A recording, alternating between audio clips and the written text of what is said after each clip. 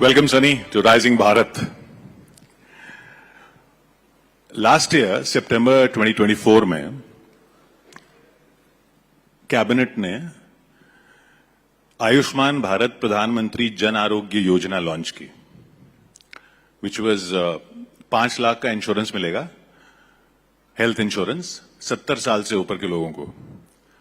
You going to be 68 this year. 2 साल में आप भी एलिजिबल हो जाएंगे. यहां पे लोगों को आइडिया नहीं है कि हम जिस सनी देओल को देखते आ रहे हैं, ये 2.5 किलो का हाथ 68 इयर्स ओल्ड है. Please give me a round of applause. तो ये बताइए, ये फिटनेस का राज क्या है? आपको तो जरूरत नहीं पड़ेगी आयुष्मान भारत की.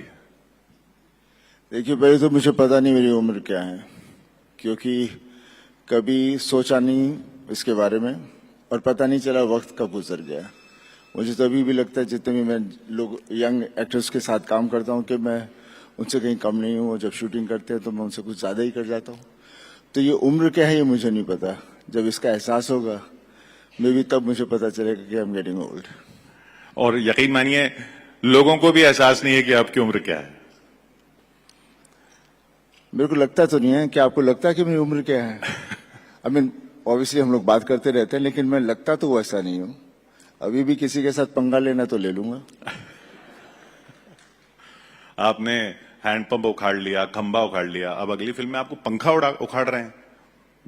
देखिए, जब इमेज बन जाता है उखाड़ने का तो लोग उखाड़ते ही रहते हैं, खुड़वाते ही रहते हैं मुझसे. ये बताइए, ये पर्सोना जो है बना है कि सनी देओल, वो गाना भी बन गया. आपने वो गाना सुना होगा जो राजू पंजाबी का, कि सनी देओल सी बॉडी से. ये आपने जब सबसे पहले सुना तो कैसा लगा आपको? पहले मैं जब सुन रहा था तो मैं सोचा ये मेरे बारे में ही है क्या है. पर आहिस्ता आहिस्ता समझ में आया क्या है. और इट्स वेरी कॉम्प्लीमेंटिंग. और मैं क्या कह सकता हूँ, लोगों का प्यार है और चीजें बनती रहती हैं. आपने ये सोच के बनाया पर्सोना? कभी सोचा कि ऐसा पर्सोना बनाऊं, मतलब मसल्स और मस्कुलर माचो इमेज? नहीं, कुछ ऐसा सोचा तो नहीं था, बट हमारे जेनेटिकली हम हैं ही वैसे, पापा से चलते आ रहे हैं. और ऑब्वियसली हमारा जिस तरह की फैमिली है, हम हमेशा सच्चाई के साथ ही चलते हैं. और जब भी कोई 2.5 किलो के हाथ की बात करता है, मैंने बात 2.5 किलो के हाथ की नहीं है, बात आपकी सच्चाई की, आपकी ताकत, उसमें ताकत होती है. और बहुत कम लोगों को पता है कि आपने एक्टिंग की ट्रेनिंग ली. आप एक्टिंग स्कूल गए इंग्लैंड में. वो कैसे हुआ था? खैर, क्या वेरी शायद दिखता भी है कितनी बार, और मैं हूं भी बहुत. और जब मैंने अपना करियर शुरू किया था तो मैं इंडिया में नहीं कर पा रहा था, बिकॉज लोग जानते थे, और पापा, मैं उनका बेटा हूं, तो सही ढंग से लोग बिहेव नहीं करते थे. तो मैं चाह रहा था मैं वहां जाऊं जहां कोई मुझे जानता ना हो. इसलिए मैं इंग्लैंड गया था और join the old rep theatre in Birmingham. I was there for a year and a half. And खैर, वहां पर बेसिक अपनी शर्म निकालनी थी and be treated like a normal person. तो काफी अच्छा रहा and it was a great experience. Admission कैसे हुआ? एडमिशन मैंने उस वक्त, जब शशि कपूर जी थे, वो वहाँ किसी को जानते थे, तो उनके थ्रू मुझे एडमिशन मिली थी. शशि कपूर जी? हाँ जी. तो उन्होंने रिकमेंड किया कि? हाँ जी, उन्होंने मुझे कहा बेटा तुम वहां जाओ, वहां it will be good for you. और उसके बाद आपने बेताब की? उसके बाद बस फिर बेताब, फिर ढेर सारी और फिल्में. और वो जो कहानी है कि बेताब के लिए आपका लिए दूध आता था लंदन से? नहीं, ये सब बातें अजीब अजीब सी बातें मैंने तो कभी सुनी नहीं. लेकिन लोग, आई मीन, जब एक दफा आप you become a popular public figure, तो बातें फिर बननी शुरू हो जाती हैं. ये बताइए, अब आपकी जो फिल्म आ रही है, ये साउथ के प्रोड्यूसर्स के साथ आप कर रहे हैं, जिन्होंने पुष्पा 2 बनाई, तो सबसे बड़े वालों को आपने पकड़ लिया. पर ज्यादातर जो हिंदी फिल्में एक्टर्स जो कर रहे हैं साउथ के, वो रीमेक्स कर रहे हैं. ये तो कोई रीमेक नहीं है, ये ओरिजिनल स्टोरी है. ये फिर आपने साउथ के प्रोडक्शन हाउस से क्यों टैप किया? देखिए, मैं आजकल के इंटरव्यूज में कह ही रहा हूं कि जब मैंने पहली गदर की थी, इतनी सक्सेसफुल हो गई थी कि मेरी दुकान बंद हो गई. और जब दूसरी गदर आई तो फिर से दुकान खुल गई। तो उसके बाद फिर then I have had lots and lots of offers and Maitri movies वाले आए थे, उन्होंने मुझे एक दफा पहले एयरपोर्ट पे भी मिले थे and they wanted to sign me, और जैसे पिक्चर हिट हुई दे केम एंड वहां से फिर बात आगे बढ़ गई एंड जाट की कहानी वो लेकर आए और वहां से it's not a remake of any film because its original subject by the director Gopi Chand and जैसे आपने किसी ने सबने देखा होगा ट्रेलर, तो जैसा ट्रेलर है वैसी फिल्म है, वो पंखे उखाड़ एकदम देते हैं। दमदार। एकदम वही अंदाज है जो सनी देओल जिसके लिए जाने जाते हैं। हाँ, जो लोग पसंद करते हैं और जो हमारे देश से जुड़ा हुआ है, मिट्टी से जुड़ी हुई कहानी है। तो ये बताइए, ये कहते हैं कि हिंदी फिल्म इंडस्ट्री जो है वो ऑडियंस से कट गई है और लगता भी है, दिखता भी है, फिल्में जिस हिसाब से नहीं चल रही हैं, जबकि साउथ इंडियन फिल्म्स चल रही हैं। अब आप साउथ के साथ काम कर रहे हैं, तो क्या फर्क लगता है आपको? क्यों हिंदी फिल्में, क्या प्रोड्यूसर्स समझ नहीं पा रहे अब? नहीं, क्या होता है कि हर चीज का एक तरह से एक सीजन सा चलता है। जब एक तरह का सिनेमा बहुत चलता है, फिर जब वो उस पर ज्यादा ही वो लोग उस तरह का ही सिनेमा बनाने लग जाते हैं तो फिर लोग भी तंग आ जाते हैं। और इसके अलावा हम जो हिंदी में बना भी रहे थे वो बेसिकली हमारी सोसाइटी और जो हमारे व्यूअर्स हैं, विच आर मोर देन 99% जो हमारे व्यूअर्स हैं, वो उसे आइडेंटिफाई नहीं कर पा रहे थे। इसलिए साउथ की फिल्मों को हम लोग रीमेक करते थे या उनको डब करके यहाँ लगती थी और वो ऑडियंस को उनकी भूख जो थी उन्हें वहां पर फुल सेटिस्फेक्शन मिल रही थी। I think that was the only reason, otherwise ऐसा कुछ नहीं था। बिकॉज ऐसा सिनेमा मैं बहुत सालों पहले से भी करता आ रहा हूँ एंड हम जब शहरों में होते हैं तो हमारी सोच और जो वहां पे पलते भी हैं बच्चे और जो भी चीजें आती हैं कॉर्पोरेट्स आगे सब, तो उनकी सोच बहुत ही फॉरेन और बहुत ही शहर के वहां तक ही रहती है। जो देश में हो रहा है उससे जरा दूर ही चले जाते हैं। तो आई थिंक हम थोड़े दूर चले गए थे, अब मेरे को लगता है वापस आ जाएंगे। तो जब दूर चले गए थे तब आपको लगता था कि ये जो फिल्में आ रही हैं या ऑफर भी हो रही हैं वो ऑडियंस उनसे आइडेंटिफाई नहीं कर पाएगी? नहीं, खैर जैसे मैंने कहा, गदर टूट के पास मेरे पास ज्यादा ढेर सारे ऑफर्स हैं। उसके पहले ऐसी फिल्में आ ही नहीं रही थी और गदर भी जब हम कर रहे थे तो काफी हमारे इंडस्ट्री के अंदर तो यही था कि बहुत पुरानी चीज है, ये कहाँ ओल्ड स्कूल है, ये वो वगैरह था। लेकिन जब जनता को जो चाहिए था, जनता ने कहा नहीं भाई हमें तो यही चाहिए, तो वहां से फिर हमारे प्रोड्यूसर्स की, हमारे फिल्म मेकर्स की थोड़ी सोच बदलनी शुरू होगी। एंड आई एम श्योर ये साल या अगले साल तक सब्जेक्ट्स उस तरह के आएंगे जो which will reflect our society, reflect our country.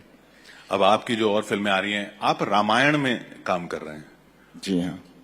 तो रामायण में और जैसा हमने सुना है हनुमान का किरदार आप कर रहे हैं। जी। आप रिलीजियस हैं?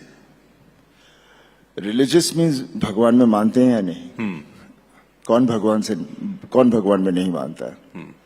और हम हैं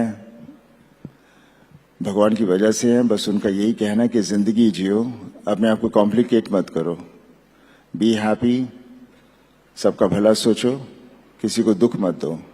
this is what my grandmother, grandfather हमें यही शिक्षा दी है और हम उसी तरह से चलते जा रहे हैं। तो हनुमान जी का किरदार निभाने का जब ऑफर आया तो क्या सोचा आपने कि कैसे करना है इसको? चैलेंज तो रहेगा? देखिए, एक्टर्स के लिए हर चीज चैलेंज होती है लेकिन मजा उसी में आता है। और फिर कहानी द स्क्रीन पे जिस तरह से लिखा जाता है हमें उसे निभाना होता है और डायरेक्टर के हिसाब से चलना होता है and definitely get into the characterisation completely, तभी जाके लोग उसे बिलीव करेंगे कि हम वो कैरेक्टर को प्ले कर रहे हैं। और हनुमान जी का जो मैं रोल करूंगा, खैर अभी तो शुरू नहीं किया, जब शुरू करूंगा, because it's a very science fiction kind of take on special effects and everything. तो वो जैसे अवतार फिल्में थी उस हिसाब से कुछ कैरेक्टर्स होंगे, but it will be one of the mega films because पहली बार जैसे मैंने पहली बार जब सुपरमैन देखी थी तो आदमी उड़ कैसे सकता है, जब देखी तो सोचना ही भूल गया कि नहीं भाई उड़ रहा है, दैट्स द सुपरमैन। तो हमारा सिनेमा भी उस रियलिटी की तरफ जा रहा है and I am sure this will be one of great films. किसी की छवि ध्यान में रहेगी हनुमान जी का रोल करते वक्त, क्योंकि एक जमाना है पिछली जनरेशन का जिसने दारा सिंह जी को देखा है हनुमान के रोल में और बहुत बार देखा है। देखिए, हनुमान जी के उनके बारे में सोचकर और वो उन्होंने जो जो चीजें की हैं, जो उनकी कहानियां हैं, जिस तरह की चीजें थी, बस उसे अपने अंदर रखना है और बाकी फिर रब नाल है। Will try to live up to the character. कोई खास तैयारी उसके लिए? नहीं, ऐसा कुछ नहीं, ऐसा कुछ नहीं। मैं कभी कोई खास तैयारी नहीं करता, हो जाती है। ये बताइए, बॉबी देओल तो विलन बन के बहुत बड़े स्टार फिर से हो गए। ये आपको डर नहीं लगा जब वो करने चले थे विलन का काम? देख, वी आर एक्टर्स, विलन का रोल हो, हीरो का रोल हो या जो भी हो, we are suppose to do that. And तभी हमें मजा आता है जब हमें अलग अलग तरह के कैरेक्टर्स दिए जाते हैं। और अक्सर लोग देते नहीं दूसरे कैरेक्टर्स, बिकॉज आपका इमेज ऐसा बन जाता है तो आपको वहां से कोई कहानी नहीं मिलती जिससे आप अपना इमेज तोड़ के दूसरी तरफ चले जाओ। एंड आई थिंक बॉबी को ये मौका मिला और बॉबी ने उसे बहुत अच्छी तरह से किया है। और ऑब्वियसली जब वो आश्रम भी कर रहे थे तो उन्होंने कहा, भैया प्लीज आप लोग देखना मत।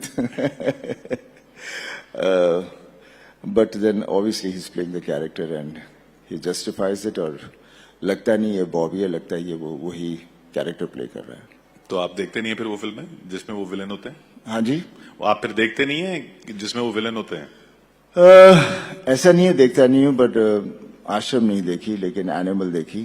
But then again being the family, तो जब उसको मारे तो बड़ा गुस्सा बड़ा आया था।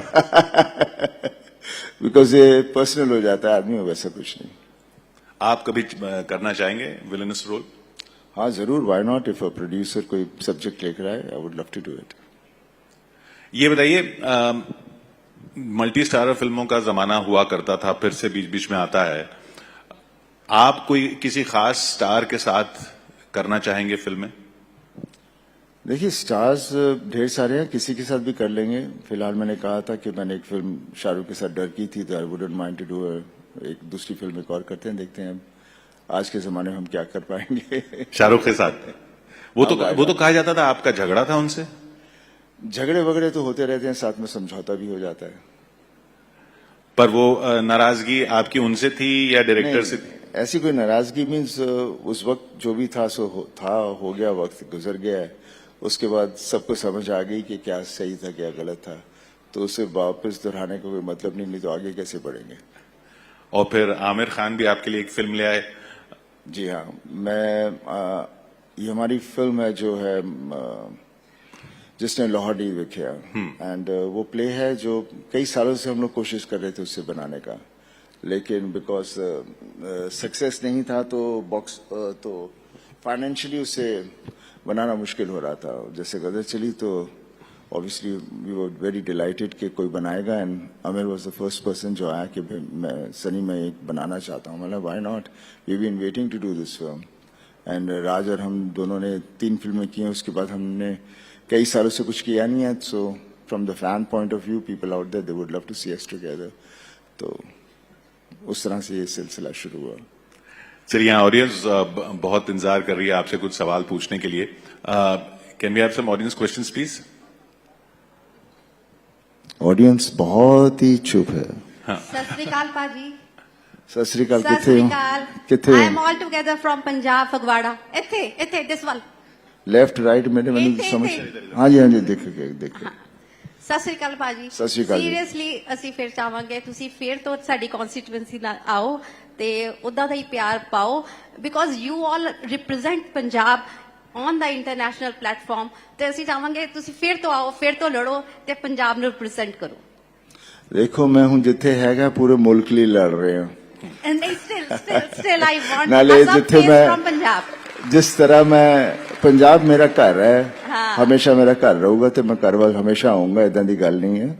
ते जिवें असी जिद्दां असी एक्टर्स हैं, we are blessed people because we belong to the whole world. Actually सब जगह से सानू लोग प्यार करते हैं, असी सारे नाल जुड़े हुए हैं। ਤਾਂ ਜਿੱਥੇ ਵੀ ਜੋ ਵੀ ਜਿਵੇਂ ਵੀ ਮੈਨੂੰ ਅੱਜਕੱਲ ਮੈਂ ਜਿੱਥੇ ਅਸੀਂ ਪਹੁੰਚੇ ਵੀ ਹੋਏ ਆ ਜਿਸ ਹਾਈਟ ਤੇ, ਉਹ ਲੋਕਾਂ ਦਾ ਪਿਆਰ ਹੀ ਹੈ ਕਿਉਂਕਿ ਜਿੱਦਾਂ ਦੇ ਕੈਰੈਕਟਰਸ ਅਸੀਂ ਪਲੇ ਕੀਤੇ ਹੈ ਉਹਨਾਂ ਦੇ ਦਿਲਾਂ 'ਚ ਬੈਠ ਗਏ ਹਨ ਸੋ ਅਸੀਂ ਉਹਨਾਂ ਨੂੰ ਐਂਟਰਟੇਨ ਕਰ ਰਹੇ ਹਾਂ ਜਿਵੇਂ ਮੈਂ ਕਿਹਾ ਨਾ 99% of the audience out there is wants relief, wants something to believe in and wants to, they know कि ये सच नहीं है लेकिन for that moment they want to get the excitement. ਪਹਿਲਾਂ ਸਰ ਤੁਸੀਂ ਤੇ your father used to come to Punjab on a yearly basis to Phagwara but ਹੁਣ ਉਹ ਚੀਜ਼ ਉਹ ਵਾਈਬ ਨਹੀਂ ਹੈਗੀ ਤੁਸੀਂ ਉਹ ਵਿਜ਼ਿਟ ਨਹੀਂ ਕਰਦੇ ਹੋ seriously I want to invite you all to Punjab ਤੁਸੀਂ ਆਓ ਤੇ ਫਿਰ ਤੋਂ ਅਸੀਂ ਇੱਕ ਮਿਲ ਕੇ ਇੱਕ ਜੁੜ ਕੇ ਆਪਣੇ ਪੰਜਾਬ ਨੂੰ ਰਿਪਰੈਜ਼ੈਂਟ ਕਰਦੇ ਹਾਂ देखो मैं पंजाब बहुत आना है बहुत दफा आना रहना है लेकिन जब तो मैं ਹੁਣ मैं पॉलिटिक्स ਚ नहीं है उस जब सीगा तो उस ਵੇਲੇ ਫਿਰ ਆना थोड़ा ਔਖਾ ਹੋ ਗਿਆ ਸੀ ਔਖਾ ਹੋ ਗਿਆ ਤੇ ਹੁਣ ਮੈਂ ਆਜ਼ਾਦੀ ਨਾਲ ਆ ਸਕਦਾ ਜਿੱਥੇ ਮਰਜ਼ੀ ਜਾਵਾਂ ਕਿਹਦੇ ਘਰ ਵੜ ਜਾ ਬੈਠ ਕੇ ਉਹਨਾਂ ਨਾਲ ਗੱਲਾਂ ਕਰਾਂ ਨਾਲੇ ਜਾ ਕੇ ਬੈਠ ਕੇ ਖਾਣਾ ਖਾਵਾਂ ਤਾਂ ਉਹਦਾ ਆਪਣਾ ਹੀ ਸਵਾਦ ਹੈ ਕਿਉਂਕਿ ਮੈਂ ਪੰਜਾਬ 1962 ਤੋਂ ਲੈ ਕੇ 1980 ਤੱਕ ਮੈਂ ਉੱਥੇ ਹੀ ਪਲਿਆ ਤੇ ਉਸ ਵੇਲੇ ਦਾ ਜਿਹੜਾ ਜ਼ਮਾਨਾ ਸੀ ਉਹ ਇੰਨਾ ਪਿਆਰਾ ਸੀ ਕਿ ਦਿਲ ਦਿਮਾਗ 'ਚ ਹੀ ਬੈਠਾ ਹੋਇਆ ਤੇ ਹੁਣ ਜਦ ਜਾਣੇ ਤਾਂ ਜਦੋਂ ਚੀਜ਼ਾਂ ਨਹੀਂ ਦਿਖਦੀਆਂ ਤਾਂ ਥੋੜਾ ਜਿਹਾ ਉਦਾਸੀ ਹੋ ਜਾਂਦੀ ਹੈ ਹੋਰ ਕੁਝ नहीं थैंक यू या नमस्कार सर, हम सभी आपके बहुत बड़े फैन हैं सर। आप एक सेलिब्रिटी हैं और एक पॉलिटिशियन भी हैं, तो मेरा क्वेश्चन आपसे यह है कि आप दोनों चीजों में बैलेंस कैसे करते हैं? खैर मैं अभी पॉलिटिक्स में नहीं हूँ इस वक्त था और बैलेंस नहीं कर पाया इसलिए मैं वापस घर आ गया हर आदमी की एक लिमिट होती है कहाँ उसे क्या सूट करता है सो मैं जहां से शुरू किया था मैं वापस वहां हूं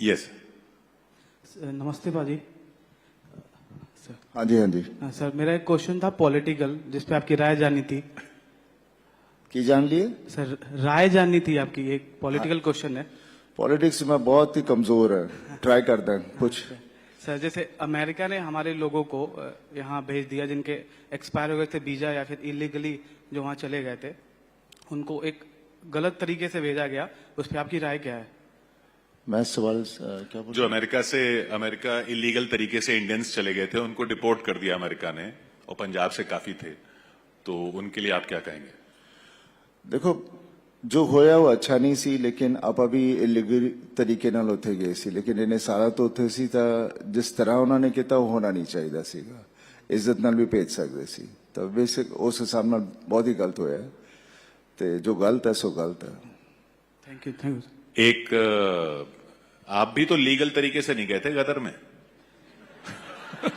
तो वही कह रहे हैं ना पर उस वक्त बात ये थी कि अपनी बीवी और अपने को उसको वापस लाना था तो उस वक्त तो फिर जब जट हुंदा है तो फिर वो थोड़ी ना देखता केड़ी कंट्री कितने है वो जाके लेके आ जाता है तो इसी बात पर चलते चलते उसी फिल्म का वो डायलॉग हो जाए जो राइजिंग भारत पे बिल्कुल सूट करता है हिंदुस्तान जिंदाबाद था जिंदाबाद है और जिंदाबाद रहेगा thank you so much Sunny Deol thank you